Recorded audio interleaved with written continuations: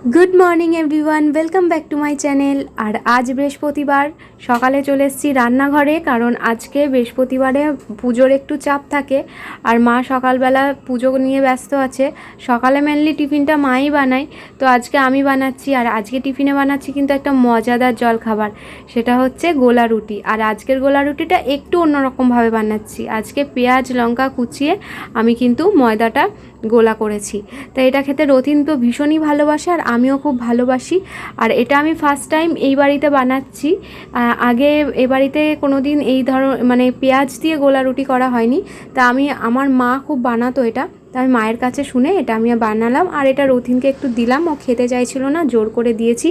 আর দেখো এখানে রথিন সকালে এতগুলো সবজি নিয়ে এসছে। এখানে পেঁয়াজ, ধনেপাতা, করলা, ওটা উচ্ছে, তারপরে এখানে বাঁধাকপি, ফুলকপি, মূলো শাক, পেঁপে, বেগুন, প্রচুর সবজি আছে এখানে। তা এগুলো সব শীতের সবজি, পালং শাকও আছে। তা এগুলো আমি ওকে বলেছিলাম যে প্রচুর সবজি নিয়ে এসো, কারণ শীতকালে আমার সবজিটা খেতে ভীষণ ভালোবাসি আমি, সেই জন্য নিয়ে এসছে। সবাই খাবে। আর দেখো এতদিন আমি বাড়ি ছিলাম না, আমার ঘরের অবস্থাটা একবার তোমরা জাস্ট একবার দেখে নাও। তোমাদেরকে আমি পুরো ঘরটা একবার ঘুরে দেখালাম। আমি এই কদিন বাড়ি ছিলাম না, আমার ঘরের হাল হয়েছে দেখো। আমি সে 10 দিনের জন্য যাই আর 2 দিনের জন্যই যাই, আমার ঘরের হাল এমন হয়ে যায় আমি ঘরে না থাকলে। তো দেখো এরকম হয়ে গেছে আমার ঘরের অবস্থা। এবার আমি ঝটপট করে আমি আমার ঘরটাকে গোছাবো। কতটা কি মানে ঠিকঠাক করতে পারবো জানি না, তবে চেষ্টা করছি যতটা পারার একটু ঘরটাকে অন্তত নর্মাল জায়গায় আনার। কারণ একদমই মানে বাজে অবস্থায় রয়েছে ঘরটা। আর আমি তোমাদের সাথে শেয়ার করেছি আমার এইসব মানে একটু টিপটপ না থাকলে আমার ঠিক ভালো লাগে না কোনো কিছু। সেই জন্য আমি একটু ভালোভাবে সব কিছু গুছিয়ে নিচ্ছি। আর বেডশিটটাও চেঞ্জ করে দিলাম। মামামকে রেখে এসেছি বাপির কাছে। তা মামামকে ঘুম পাড়িয়ে বাপির কাছে রেখে এসেছি। আর মামামকে যেহেতু তোমরা জানো মামাম ভ্যাকসিন নিয়েছিল কালকে, তা মামাম সকালে এখনও দেখছি আপাতত ভালোই আছে, ওর কোনো অসুবিধা হচ্ছে না। তা ওকে ঘুম পাড়িয়ে বাপির কাছে রেখে এসে আর মা পুজো করছে আর আমি সেই ফাঁকে আমার ঘরটা গুছিয়ে নিচ্ছি। বেডসাইড টেবিলটা তো একদমই মানে হাত দিলে মানে হাতে এত ধুলো হয়েছে আমার, মানে বারবার করে হ্যান্ড ওয়াশ করতে যেতে হচ্ছে। তা এমনি আমাদের ঘরটায় ধুলো বেশি হয়, সব সময় বেশি হয় চারিপাশে জানলা দরজা থাকার কারণে। তো এই দেখো এখানে সমস্ত মামামের ইউজ করার প্রতিদিনের প্রোডাক্ট আর ওর মেডিসিনগুলো গুছিয়ে রাখলাম। এবার আমি ড্রেসিং টেবিলটাও ভালোভাবে গোছাবো, যতটা সম্ভব গুছিয়ে রাখছি। মেনলি খুব ধুলো হয় আমাদের ঘরটা, মানে এই ধুলোর কারণে কি হয় যে আমাকে প্রতিদিনই ঘরটা গোছাতে হয়। মোছামুছিটা ঝাড়াঝুড়িটা প্রায় আমাকে প্রতিদিনই করতে হয়, কিন্তু এই যে এই 12-13 দিন করিনি, তার মানে ভাবো যে ঘরের হাল কী হতে পারে। মানে প্রচণ্ড ধুলো হয় প্রতিদিন যেখানে ঝাড়তে হয়। সেই জন্য আমি আজকে প্রায় যতটা পারলাম প্রায় সবটাই আজকে আমি ঝেড়ে ঝুড়ে নিয়েছি। আর ড্রয়িং রুমটাও আজকে আমি ঝেড়েছি, তবে ড্রয়িং রুমটা তোমাদের সাথে আর শেয়ার করছি না, তা অনেকটা ভিডিও বড় হয়ে যাবে। তা শুধু নিজের ঘরটা গোছানোই দেখলাম। তা এখনও আমার মানে ব্যাগগুলো এখনও ব্যাগ থেকে এখনও জিনিস বার করা হয়নি। 4টে ব্যাগ হয়েছিল, তা আমি কোনো রকমের 2টো ব্যাগ থেকে জিনিস বার করেছি। এখনও 2টো ব্যাগের মধ্যে জিনিস ঠাসা রয়েছে, তা সেগুলো আমাকে বার করতে হবে। মাম্মামের গিফটের ব্যাগ তো এখনও খুলেই দেখিনি।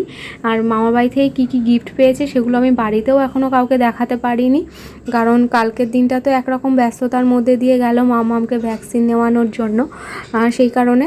তা একবারে ভাবছি তোমাদের সাথে শেয়ার করব মামার বাড়ি থেকে কী কী গিফট পেয়েছে।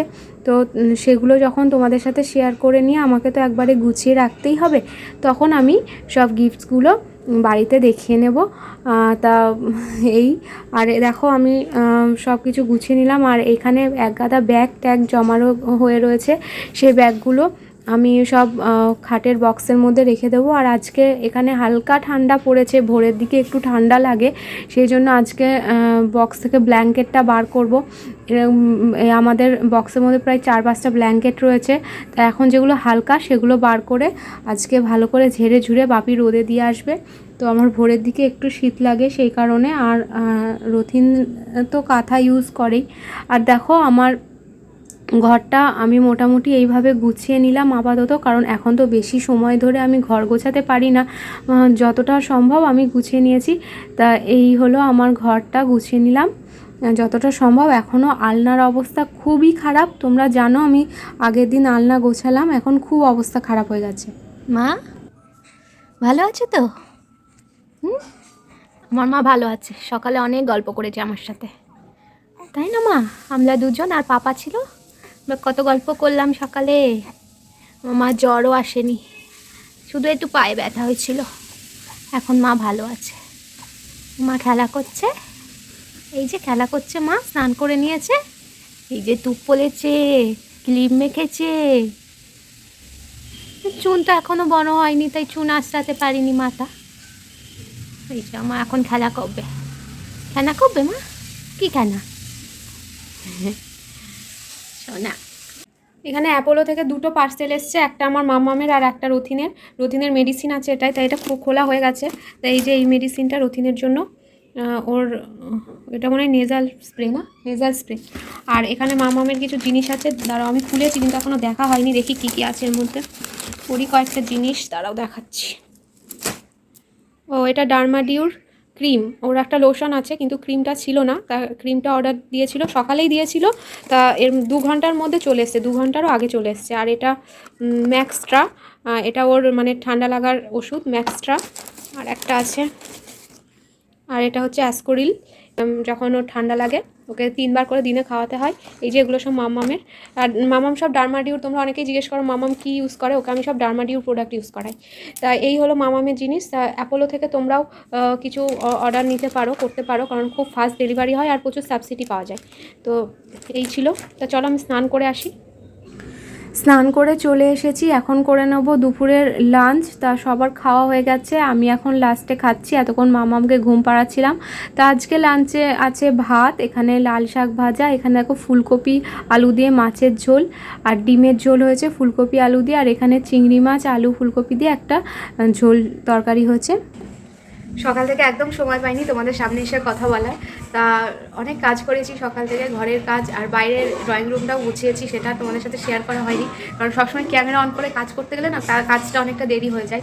তারপর জানো আমার মামাম ছোটো, ওকে বেশিক্ষণ রেখে আমার কাজ করাটা খুবই প্রবলেম হয়ে যায়, সেই কারণে শুধু ঘরের কাজগুলো তোমাদের সাথে একটু একটু শেয়ার করলাম, আর বাইরের কাজগুলো করতে পারিনি।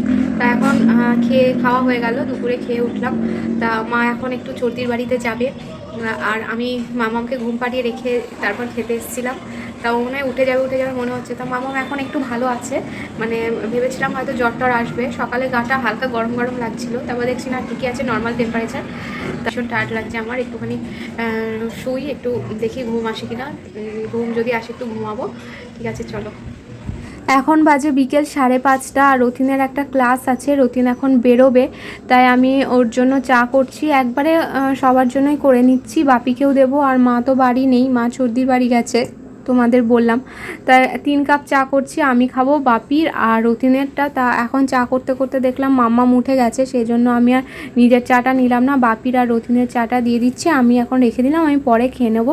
তা রতিনের আজকে একটা ইনভিটেশন আছে এক স্টুডেন্টের বার্থডে, ও সেখান থেকে খেয়ে তারপর বাড়ি আসবে। তা ও রেডি হয়ে গেছে, তা ওর চাটা দিলাম, দিয়ে আমি এবার মাম্মামকে ধরবো। আর এই দেখো টিভি দেখছে, টিভি দেখতে দেখতে গল্প করছিলাম দুজন মিলে একটু, আর ওই যে ও এখন বেরিয়ে যাবে, এখন ক্লাস আছে ওর।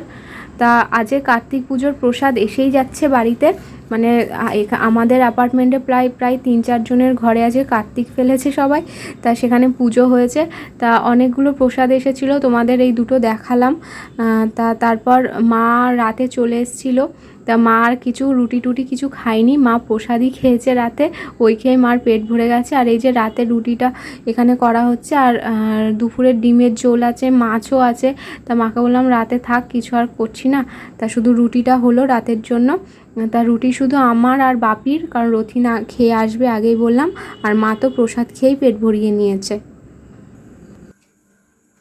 তো ডিনার কমপ্লিট হয়ে গেছে, আর সন্ধ্যা থেকে ব্লগ করিনি, কারণ সন্ধ্যাবেলায় মামামের এসেছিলো প্রচণ্ড জ্বর, তা সেই নিয়ে একটু টেনশানে ছিলাম, আর বাড়িতে আজকে কেউ ছিল না সন্ধ্যাবেলাটায়, রথিন তো চলে গেল, তোমাদের তখন দেখালাম রথিন যাওয়ার পর থেকে জ্বরটা আসলো, আর মাও আজকে সন্ধ্যাবেলাটায় বাড়ি ছিল না, তা একটু ভয় পেয়ে গেছিলাম মেয়েকে নিয়ে, সেজন্য দুপুরে একবার চেক করলাম, না রথিন যাওয়ার আগে একবার চেক করলাম, তখন 98.4।